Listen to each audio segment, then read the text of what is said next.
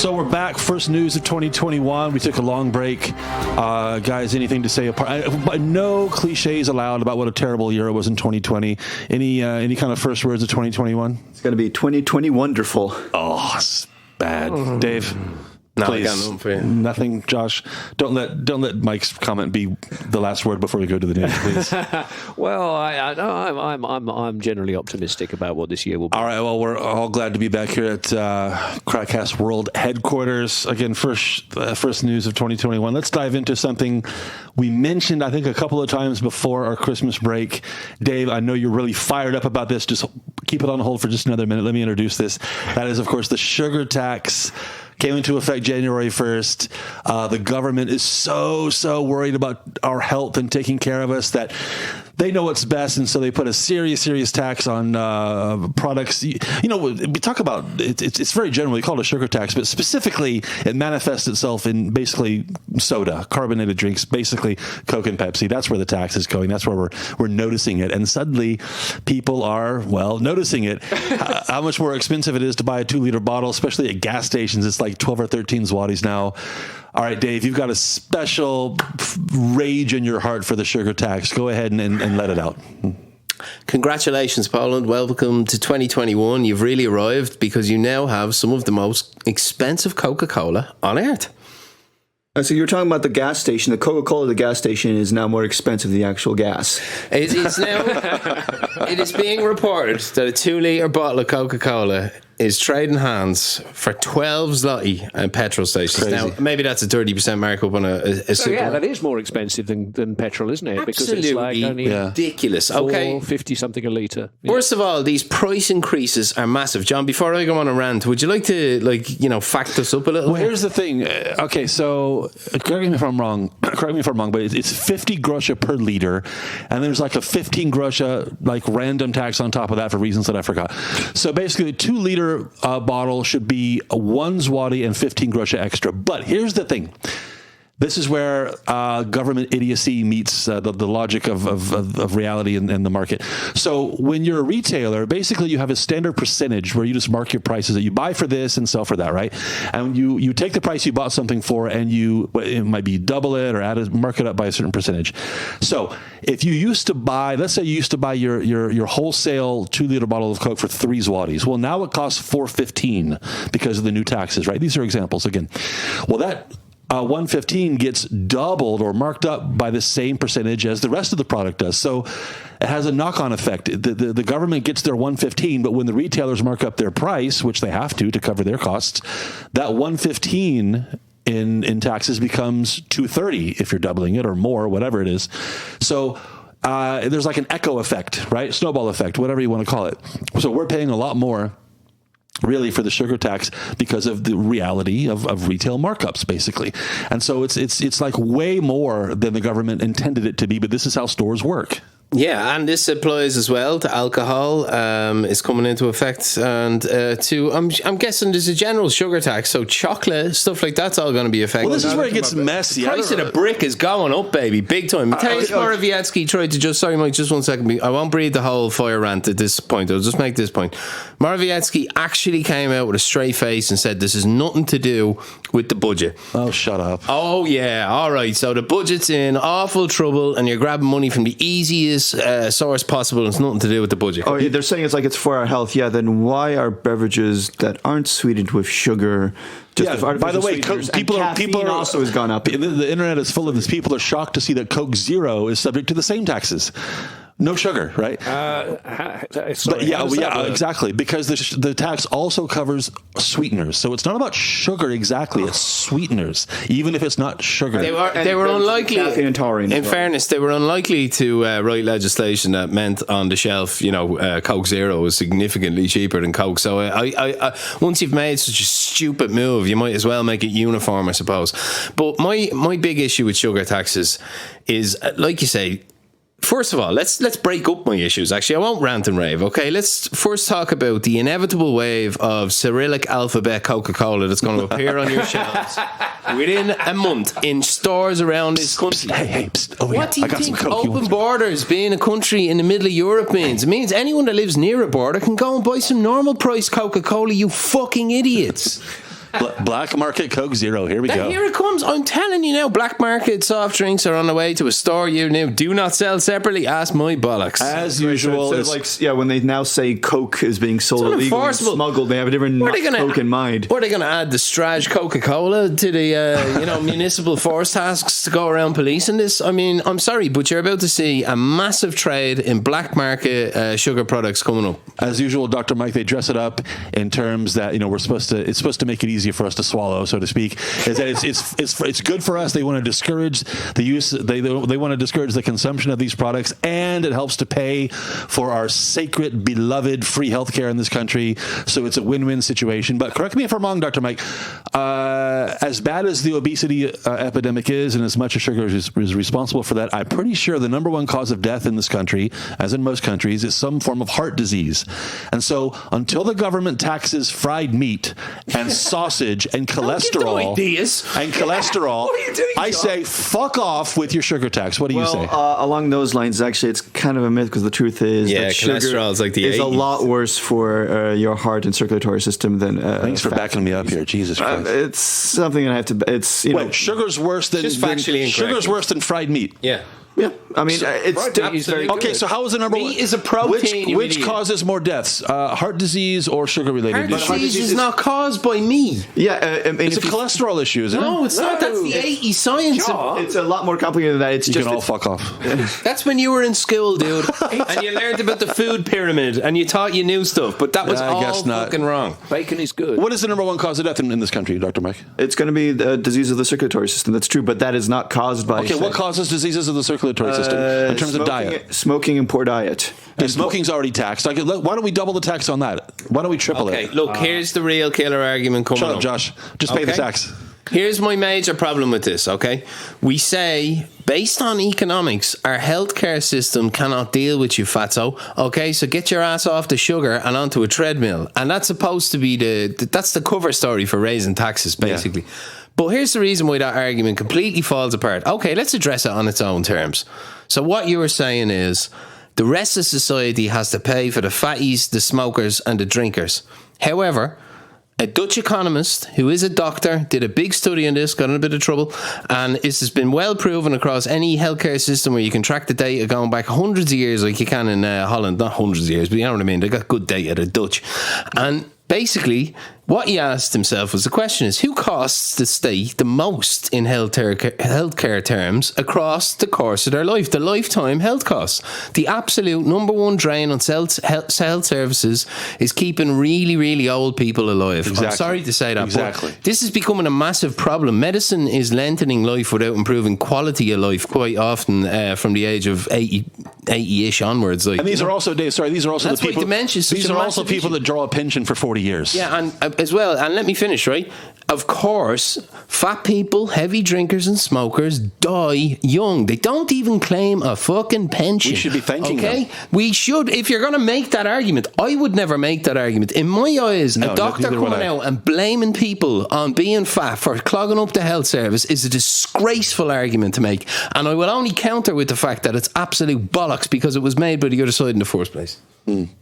There's a weird irony in there, if that's the right word, Josh. The people who cost us the most, as Dave said, are the people who lead a healthy lifestyle. They make it to the age of 88, but to keep them alive from 88 to 90 cost a lot of money. And I've no problem spending that money. What I have a problem is the argument being made from the health people saying you should stop drinking, you should stop smoking, and you should stop eating too much because it's costing the people who need the health service or something. It's a very shaky argument when you actually examine it. We just received this as wisdom down from high, but we don't examine it. Let's get into the elasticity of demand. As far as I know, correct me if I'm wrong, and I already have an established record of being wrong on this show. Taxes on alcohol, taxes on cigarettes don't do much to diminish the consumption of those things because people still want them, even at the higher prices. Is this sugar tax really going to put a dent in sugar consumption? And you can't track the grey market product that comes in to replace because people will shop on the black market. That's the only point I want to make as well. So it's very hard to track the figures, although it does seem to have an effect on I think smoke. Tobacco consumption has fallen, but for money reasons or for cultural reasons, though? Well, okay, but that's Yeah, all right, that's a reasonable point. But also when I say it's fallen, I mean, we're talking over a 30, 40-year span, whether we're talking about Poland or the United Kingdom or Ireland or whatever, or the United States. I mean, it's just, yes, so you could say it's for cultural reasons. And of course, I mean, depending where you live, it can be a very expensive addiction. Let's get some medical expertise here from our resident doctor, Dr. Mike. Let's say in a theoretical world, hypothetical world, whatever, you take all the junk food off the shelves, you take all the soda off the shelves of every supermarket. How difficult would it be to get fat in that world? Well, it also depends on the behavior of the people as well, because if you're sitting around doing nothing, even if you're not eating much, you can still gain weight. But assuming that we have a similar type of lifestyle or somewhat less sedentary, I mean, you could just look at Poland in the 70s and 80s when hunger really wasn't an issue. You had kids that were skinny, but generally the amount of calories available to every person and nutrients was more than sufficient. But obesity in Poland just did not exist because you really didn't have the money or the means or even the culture of going out getting junk food, extra food, snacks and stuff like that. Just, it wasn't, pardon the pun, on the table. And wouldn't you say, Mike, there's a good bit of science now about the carbohydrate thing, that if you do cut the ratio of carbohydrates, if you're a reasonably sedentary person, that's a reasonably scientific way of going about losing a bit of excess weight. So, I mean, some of these things are starting to crystallize there. And that means, like, unfortunately, that all the bread Nazis, do have a point. You know, bread is not evil. Like you keep hearing, I love bread, but I snack on bread, and I can't help but think in my mind, I still view a sandwich as healthier than a chocolate bar, but they both release sugars. Basically, to your body, a slice of bread or a piece of chocolate is more or less the same thing. Once it gets dissolved in the carbs, it's just the sugar, and your body really can't tell. So ironically, John, the solution is lots of fried meat. That's depressing.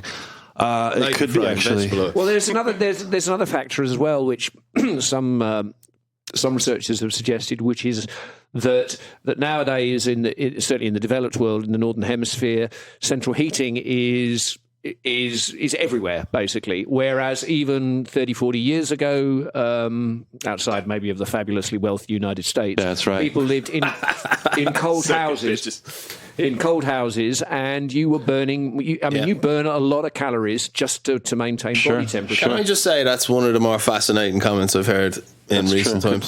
In fact, I read just very, very quickly, just because it's an interesting point of comparison. Very quickly, but soldiers in the trenches in the First World War.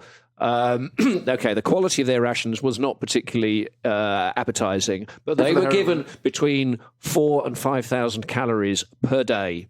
We are talking about people, men with an average height of about 5'4", mostly skinny. They were eating and burning 5,000 calories. Well, you're right. That per day. internal furnace that we have, and all, it demands a lot of calories for sure. Do you like spinning classes to burn it off? Or? Yeah, right. Shooting Germans. One more question on this: alcohol, cigarettes, now sugar. Are there any sin taxes left? What's left? What's the next cash grab for the government? They're going to have to. I've always said that's the argument to make drugs legal. So there's a big sin tax right for you there. A huge pot of money, Okay. Maybe pun there. Yeah. Maybe anything else left? What can the government? How can they save us from ourselves? What else? They could legalise prostitution and cream some off that as well. Oh, another unfortunate. Well, technically, prostitution in Poland is legal. It's just because of the way it's not taxed, though. It cannot be taxed. Yeah. Right, let me focus this question one more time. Anything in the supermarket left to tax? Oh, well, look, the war on smokers and drinkers is only getting going. This is only the start. I can really see, and this is something that scares me, is meats being targeted more as next. Wow. Meat, basically, because of its carbon footprint, the EU saying that it's bad for us, et cetera, et cetera. So for more taxation put on animal products. In Ireland, a packet of cigarettes is about 40 zloty at least. So there's still a bit to go. I think in Scandinavia it's double that. I mean, so... No wonder they load up when they come here. In Australia, it's about 30 Australian dollars, which is about, I think the last time we were there, they came out to 95 zlotys for a pack of cigarettes. Jesus. Unbelievable. It's basically, if you see a kid smoking out there a cigarette, he must be rich because, only rich can afford cigarettes. It's a poor kid smoking pot right now there. I mean, yeah. Let's stay on the subject of taxes. I have a small rant to make. I think it's identical to the rant I made a year ago and the year before that. It's got a little rant. Always in the first week of January. There's this, as far as I know, uniquely Polish thing where the price of everything goes up every year on January 1st. Because it's January 1st. Has nothing to do with supply and demand, nothing to do with prices. It's January 1st, so we raise the prices, right? Every goddamn year. It's no coincidence that this sugar tax came into effect on January 1st, because January 1st is first and foremost in this country tax day. It's time to pay more for everything. What? Can I just say you were like a retail price guru a few minutes ago? Yeah. But, Poland led the EU in inflation rates last year over 3%. So that has to be priced in at some stage. Well, that's true. But here's January the thing. 1st is bear with me here. good. Okay, so granted, some of these things, by some miracle, did not happen on January 1st. A couple of months ago, we had the rise in tram ticket prices. We're going to pay more. We're going to pay more for parking. And we're going to extend that to the city limits, basically.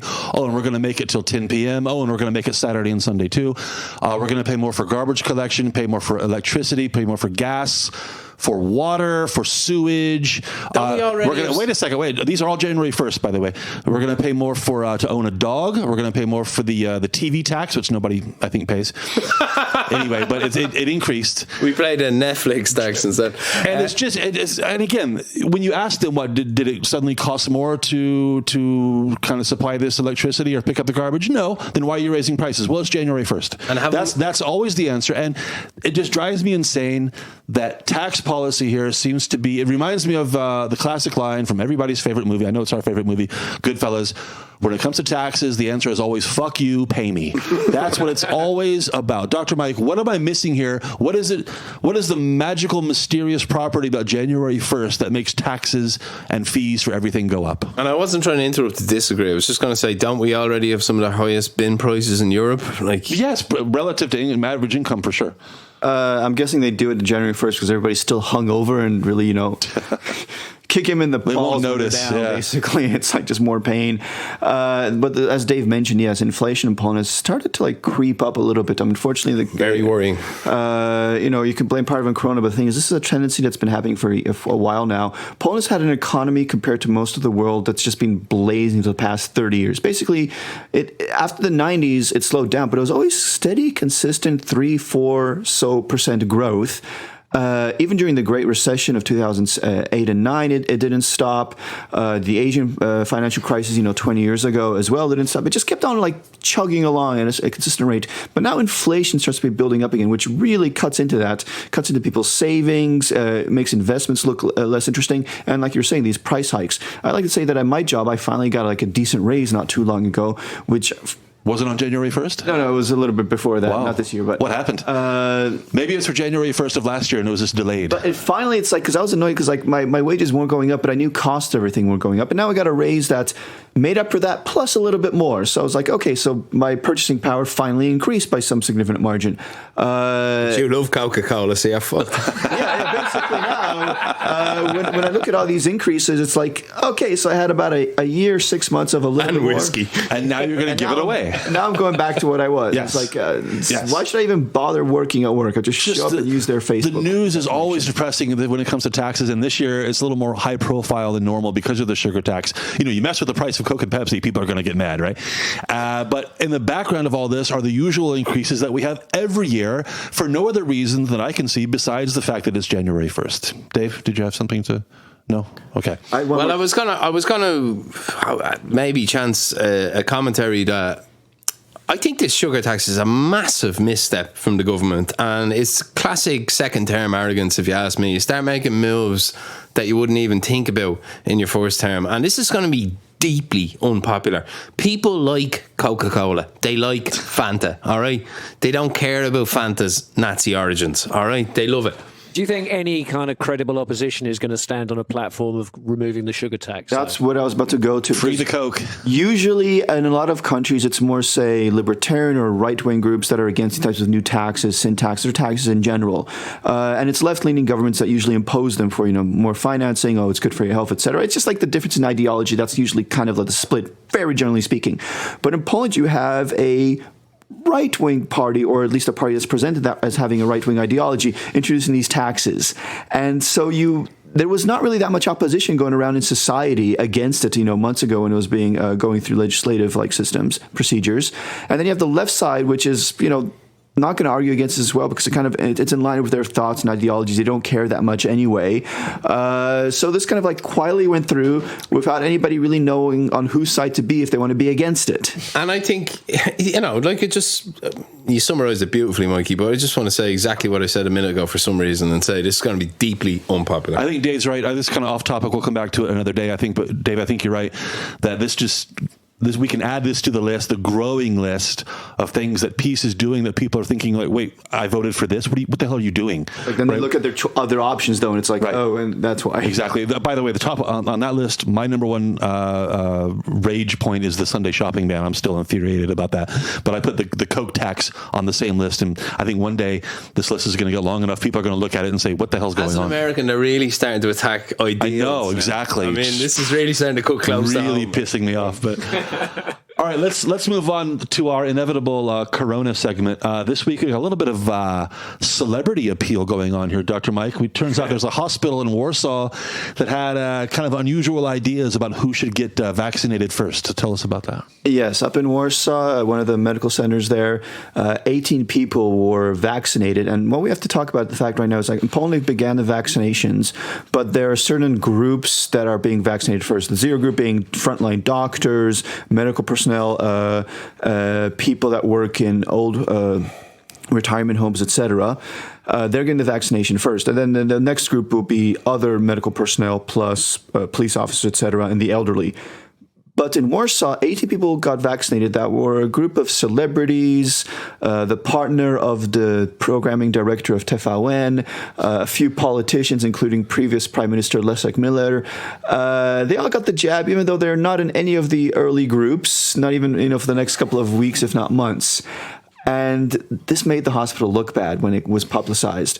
One of the arguments were saying that this was meant to promote the vaccine, to get people interested in taking it. Well, why did they keep it on the QT then? I mean, that's exactly. It's like if you want to use this as a promotional thing, then why did you not promote it? Yeah, I'm not buying it. Honestly, I think this would be a bit of a scandal in any country. Plus, there's another thing is they put them in the system to sign them up for them as non-medical hospital staff, because non-medical hospital staff, so like, somebody's working at the door in the hospital or in contact with patients, but not a healthcare provider, was also in the first group of people to get vaccinated. And the hospital put these people down as non-medical hospital employees in the system. Which means that they knew that they were doing something wrong and intentionally misinformed, the system set up to organize these vaccinations. What do you think, John? Would this scandal cross country lines? Let's say, some classic liberal coastal types skip the queue. Your couple of the Toms, maybe Hanks or Cruz, pick your poison. I think they've already had that, right? I think it's inevitable, and every country is going to have their line jumper, queue jumpers, whatever you want to call it. Just insiders. There'd be a bit of a kerfuffle. I think so for sure, but Anderson Cuba wouldn't be happy. Let me use this as an excuse to bring up something that I wanted. I've been looking for an excuse to kind of wedge this into some story. I think this is as good a chance as any. And Dr. Beck, this is mostly directed at you. This story reminds me of the fact that there are 3 words in the Polish language that as far as I know, have no direct translation into English, but each of the 3 words is very useful, and you could almost say central to the experience of being Polish and living in Poland. And I'm going to go through all 3. One of them is the first one is znajomości. Znajomości, kind of like your connections, something like friends, but more like your network, something like that, right? The next one is kombinować. Yeah, classic. Kombinować, classic Polish word. It's basically to get something done, but cutting corners. Kind of don't ask how I got it done, but I got it done. Basically, like not necessarily illegally, but maybe illegally. Yeah. And the last one is załatwić. Załatwić has this connotation that again, get something done, but kind of wink, wink. Don't ask how I got it. So znajomości, kombinować, załatwić. If you live in Poland, you have to know what these words mean because they are central to getting a lot of things done here. And this story about the celebrities getting their vaccinations in Warsaw remind me of all 3 of these, because all 3 of these are very much at work in this story. What do you think? I think you're right. Not only do you have to know these words to survive in Poland, you know how to put them into practice. Actually have them happen, not just theory, but practice. And these group of people technically not that associated with each other all came together at the same time at the hospital. Don't know if they were friends of friends or in their network, or the hospital think they would just like click it off, or maybe they were like going to actually use this as a promotional stint anyway a little bit further down the line and thought nobody would really care. I'm just kind of curious now because the vaccine requires 2 shots. There's been like a lot of hubbub about them getting this shot. Are they going to get the second shot in 2.5 weeks or not? I mean, how's that work now? Well, actually, good question. Because, and again, I would defer to your greater medical knowledge, Mike, but I've been reading, this is about stuff... Slightly greyer. In the UK and in particular London, which does, if I'm to believe the reports, does seem to be really, really overwhelmed in like massive numbers of, greatest numbers of cases, greatest numbers of deaths in a day was just like 2 days ago, I think.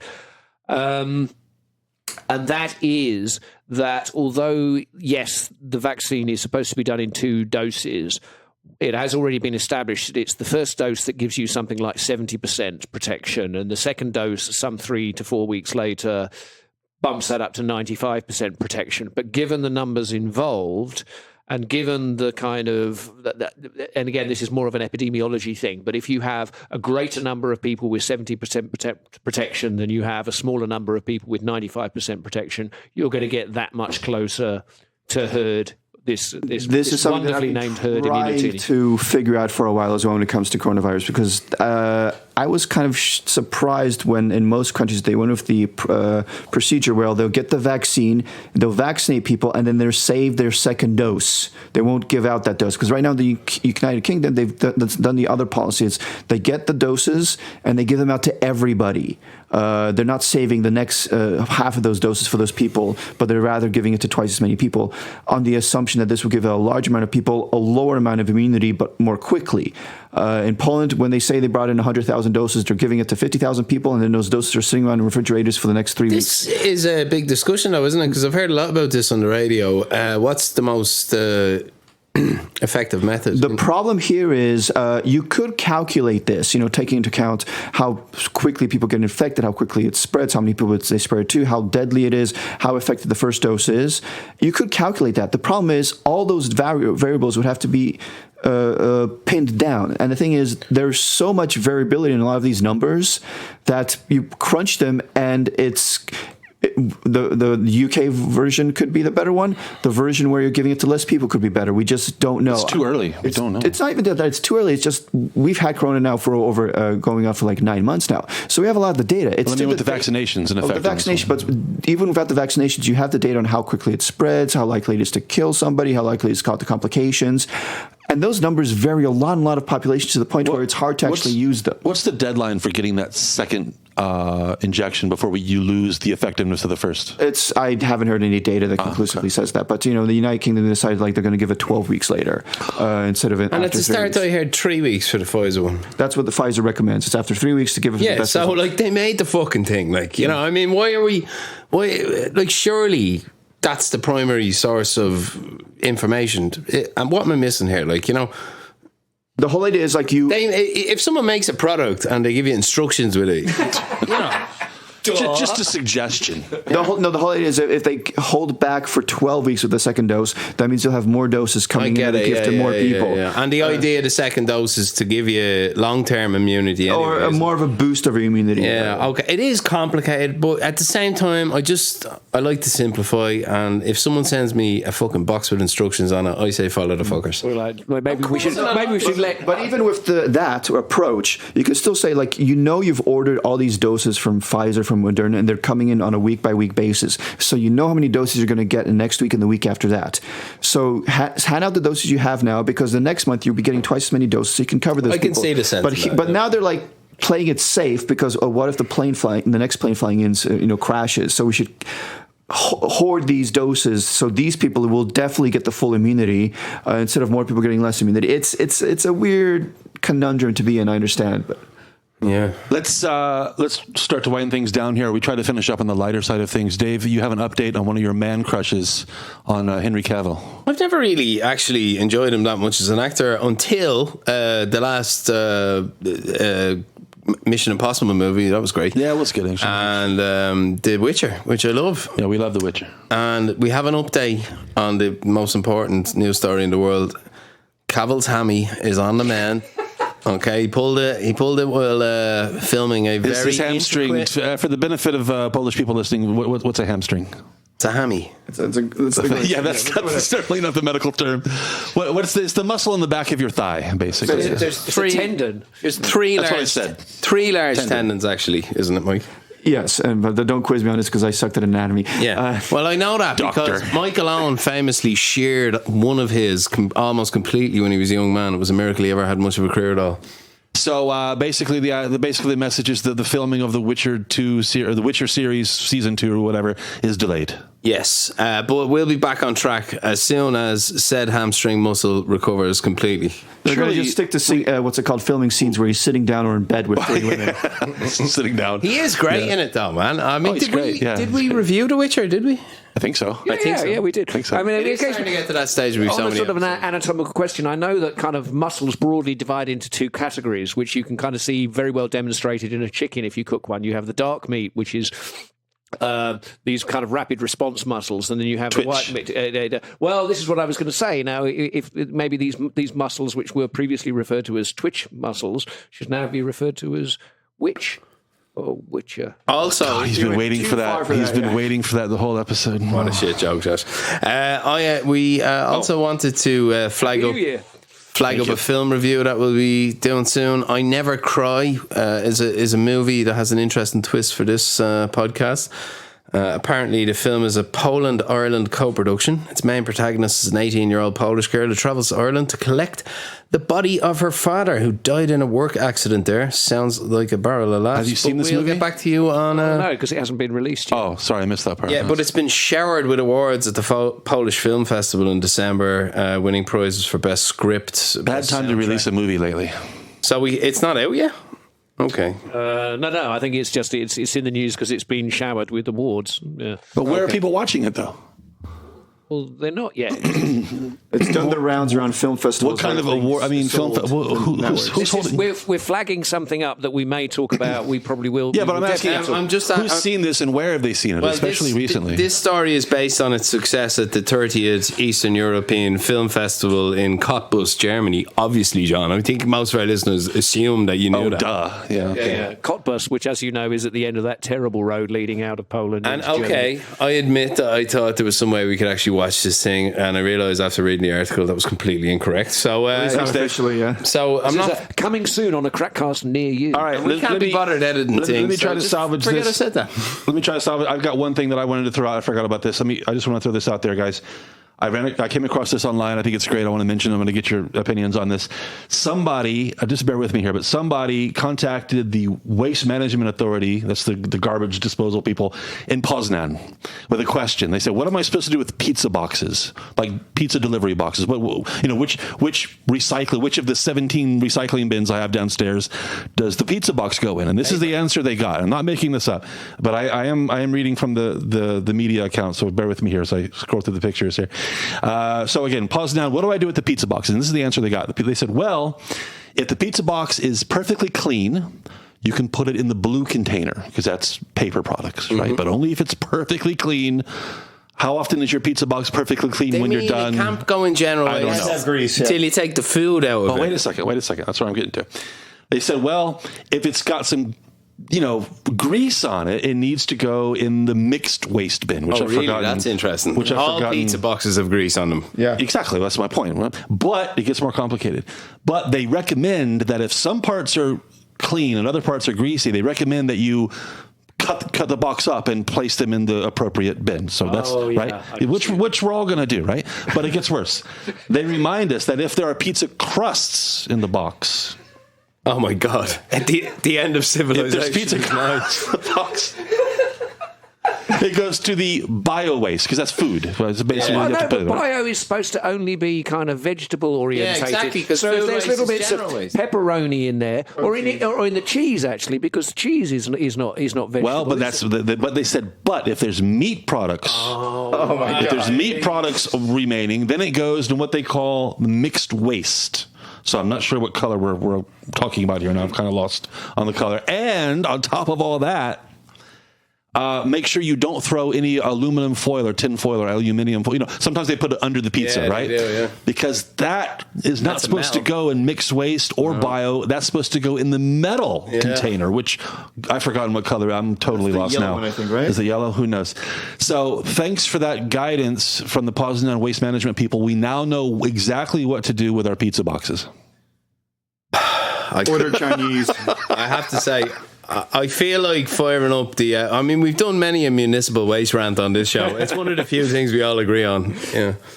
Anyway, thanks for listening, guys. Good to be back in 2021. And Dave has got his first interruption of the year. Can we... Every time we talk about recycling, I mentioned this article, the famous recycling is garbage article from the 90s from the New York Times. And I always say I'll post the link up, and I never do. Can we do it this time? Will you remind me? Sure. If you send it to me, we'll put it up for sure. Read this fucking article, guys. It's all still relevant. The man was right. He was completely right 25 years later. KrakCast.pl. All of our back episodes are there, coming up on 300 episodes. I think we'll hit it later this month, as a matter of fact.